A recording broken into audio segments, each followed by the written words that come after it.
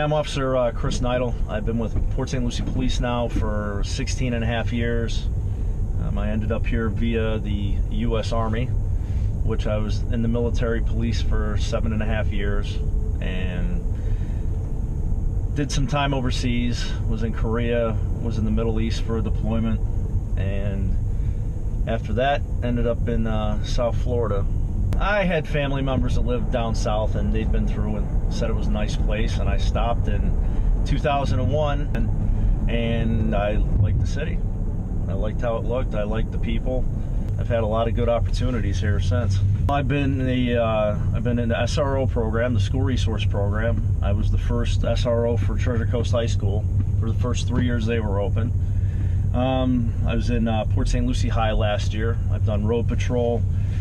I got the opportunity to work in the summertime with, as an SRO, I got to work with the Special Investigations and that at different points. I've had the opportunity to do some other things, honor guard, uniform crime investigator, field training officer, child abduction response team, the CART team for about 2 years. By the time I was 10 years old, I decided this is what I was going to do. I had an uncle that was a narcotics detective up north, and I always, from the time I was 10, I liked the stories, and that's what I wanted to be involved in. I enjoy what I do now. I enjoy being out and driving around all day. It's very difficult to be in an office. Some people fare better than others. I enjoy the freedom that patrol has. It's not specific to one thing. It's not that I do the same thing every day.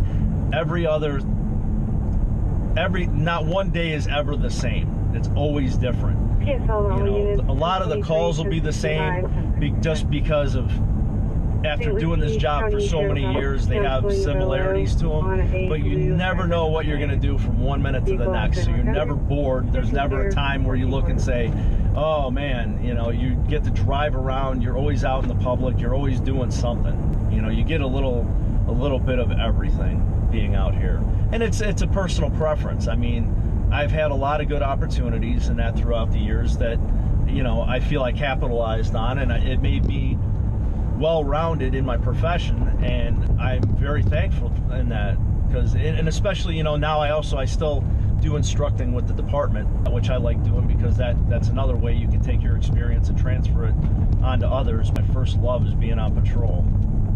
I talk to a lot of people looking to get into this job, and they're talking, I'm going to be a detective, I'm going to be this, I'm going to be that. You can't do that without doing this. It's that we all have different things we would like to do, you know, and it just depends on what your personal preference is. You know, a lot of that's lateral movement for us, so it's not, you know, we're all pretty much the same. It's just a matter of personal preference. I mean, you still have the opportunity that you can investigate things out here. You don't have to stop, you know, a lot of times. Sometimes you do, just because of the complexities behind it, that there's assets that the Detective Bureau has that we don't.